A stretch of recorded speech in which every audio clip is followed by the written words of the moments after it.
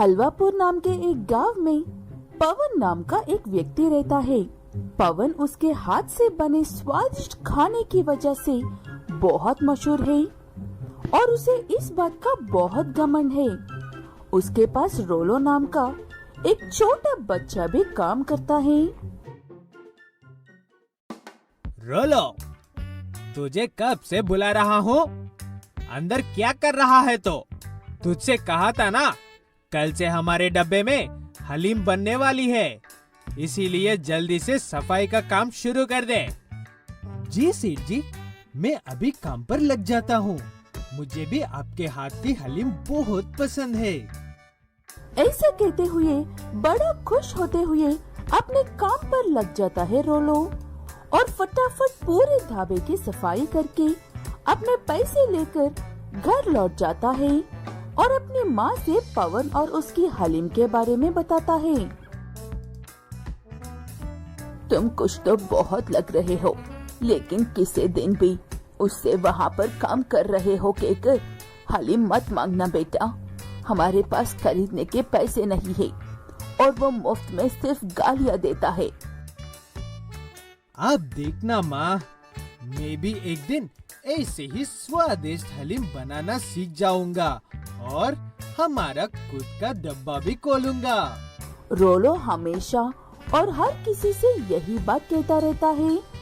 किसी को उसकी ये बात पसंद आए या ना आए, रोलो की माँ का बहुत खुशी होती है और पवन को बहुत गुस्सा आता है। तू कुछ भी कर ले, लेकिन इस जन्म में मुझसे अच्छी तो दूर मेरी आसपास वाली कीर भी नहीं बना सकता है। गरीब है गरीब की तरह रह। ज्यादा हवा में उड़ने की कोशिश करेगा तो झाड़ियों में पंख फंस सकते हैं। पवन जब हलीम बनाता है तब अपने बेटे के अलावा किसी को भी उसके आसपास तक भटकने नहीं देता है। इतना चुपके से बनाता है कि पवन चाहता है कि उसका बेटा बड़ा होकर उसी की तरह स्वादिष्ट हलीम बनाकर मशहूर हो जाए। देख रहा है ना बेटा, इसे ऐसे काटते हैं और इसे ऐसे उबालते हैं। उसके बाद कुछ देर पकाने के लिए छोड़ देते हैं। यहाँ पर जरा सा भी जल्दबाजी नहीं करनी चाहिए। पवन का बेटा पप्पू अपने पिता की बात सुनकर सिर्फ बकरे की तरह सर हिलाता रहता है। उसके दिमाग में कुछ भी नहीं घुसता है, लेकिन बाहर खिड़की से देख रहा रोलो हर बात अच्छे से सुनता है और जब पवन बाहर आने वाला होता है दोबारा से अपने काम पर लग जाता है। चोला अच्छे से गर्म हो गया है सेठ जी, मैं जाकर कचरा फेंक कर आता हूँ। ठीक है जा, तू यही सब करता हुआ अच्छा लगता है और करने की सोचना भी मत। रोलो चुपचाप कचरा लेकर चला जाता है। शाम होते ही ग्राहक आने शुरू हो जाते हैं और पवन की हर बार की तरह खूब तारीफ करने लगते हैं। वाह पवन भैया वाह, आपके हाथों में तो सच में जादू है। हर बार की तरह इस बार की हलीम भी पिछले बार से अच्छी है। हाँ, मेरे लिए भी 4 पार्सल दे दीजिए, पता नहीं फिर कब आएंगे इतनी दूर। ऐसे लोग हर रोज भर भर कर लेकर जाते हैं और ऐसे ही वक्त गुजरता जाता है। रोलो और पप्पू बड़े होते हैं और पवन बूढ़ा होता है, लेकिन उसकी आदतें वही है अभी भी।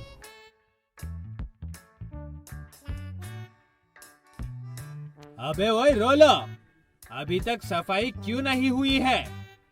औकात बोल रहा है क्या अपनी? तू अभी भी उसी झोपड़ी में रहता है, ये मत बोल। बस बहुत हो गया सेठ जी, मैं और नहीं सुन सकता हूँ आपकी ये बकवास बातें। किसी और को काम पर रख लो और कोई ना मिले तो अपने नशेड़ी बेटे से काम करवा लो। मैं जा रहा हूँ खुद का डब्बा खोलने। जिंदगी में पहली बार रोलो अपने सेठ को पलटकर जवाब देता है और वहाँ से हमेशा के लिए चला जाता है। रोलो ठीक पवन के ढाबे के सामने ही अपना छोटा सा ढाबा खोलता है और बहुत अच्छे से अकेला ही काम करता है। अपने नालायक बेटे से परेशान पवन खुद के ढाबे में यूं ही बैठकर रोलो को देखता रहता है। लोग रोलो के पास हलीम खाने के लिए वैसे ही आते हैं जैसे पहले पवन के ढाबे पर आते थे। वो देखकर पवन रोलो के पास आता है।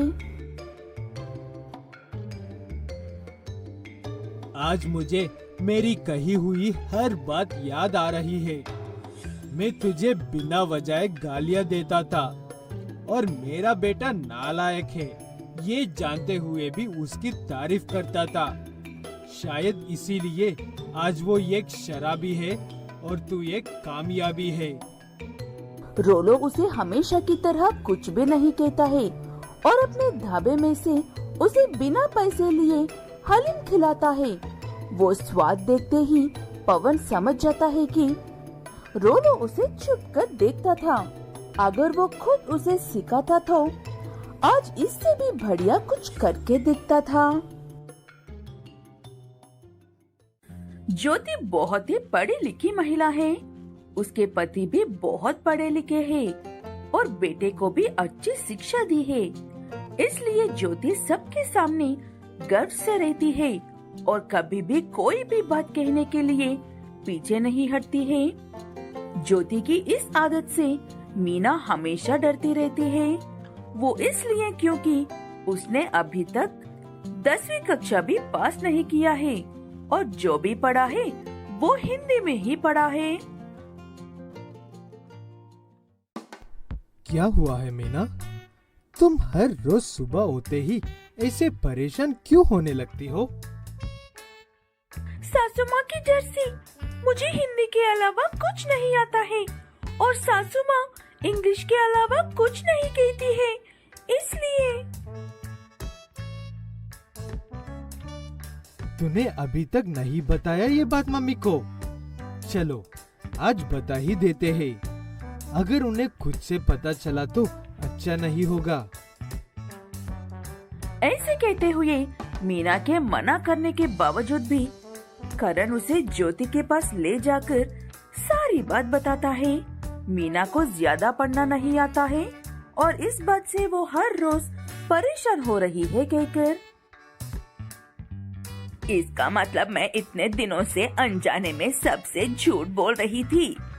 ये करवा दिया बहू मुझसे। पहले क्यों नहीं बताया ये बात मुझे तुम दोनों में से किसी ने भी? तब नहीं तो अब पढ़ना तो पड़ेगा अब तुम्हें। अब कैसे मम्मी जी? मीना को 10 से पढ़ना पड़ेगा। मीना ने आपको नहीं बताया, लेकिन मैं तो जानता था ना उसके बारे में। अब रहने दो ना इस बात को।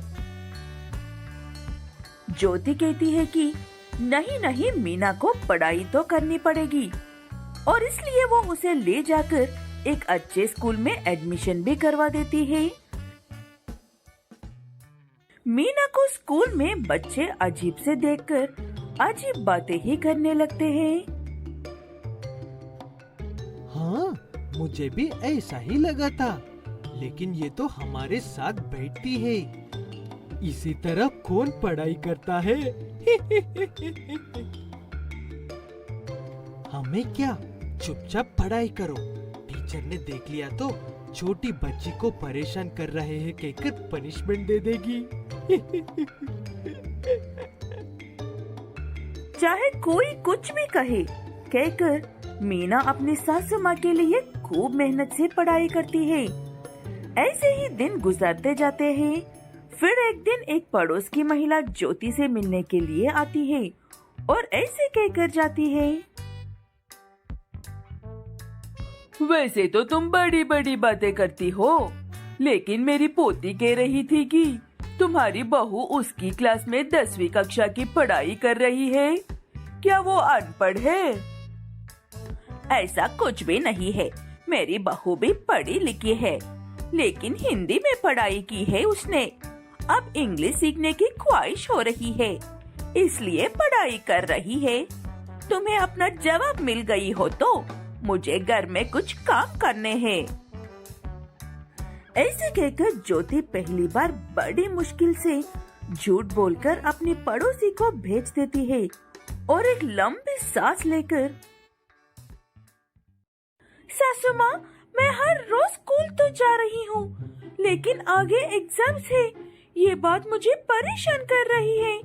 मुझे लग रहा है कि मैं पास नहीं हो पाऊंगी। ऐसे कैसे पास नहीं होगी बहू? मैं हूँ ना।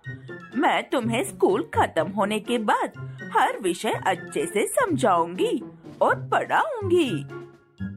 ठीक है कहकर मीना स्कूल खत्म होने के बाद अपनी सासू माँ से ट्यूशन पढ़ने लगती है। ऐसे दिन रात की मेहनत के बाद एग्जाम्स अच्छे से लिखकर पहले नंबर पर पास होती है मीना। जैसे तैसे 10 निकल लिया है। अब तुम्हारे सर से बड़ी समस्या हट गई है मीना। अब तो तुम खुश हो ना? ये कैसी बातें कर रहा है करण? अगर मेरी बहू को ये समस्या लगती तो वो सिर्फ पास होती, पहले नंबर पर नहीं आती।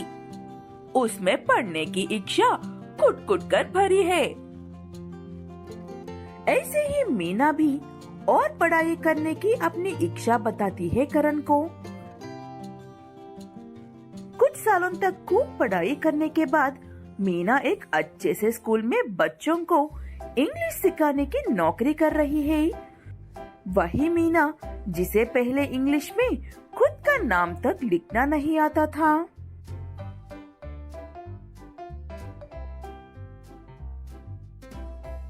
अरे आओ आओ दोस्त, तुम्हारी ही तो इंतजार था। कैसे हो? और तुम्हारी पोती क्या कर रही है अभी? तुम्हें और तुम्हारी बहू को मान गई ज्योति। कोशिश करने वालों की कभी हार नहीं होती है। मेरी पोती फिलहाल शादी करने की तैयारियों में लगी है। 2 दिन बाद है शादी, जरूर आना। आखिरकार ज्योति गर्व से अपनी बहू के बारे में सबको सच बताती है और दोनों सास बहू की खुशी का कोई ठिकाना नहीं था।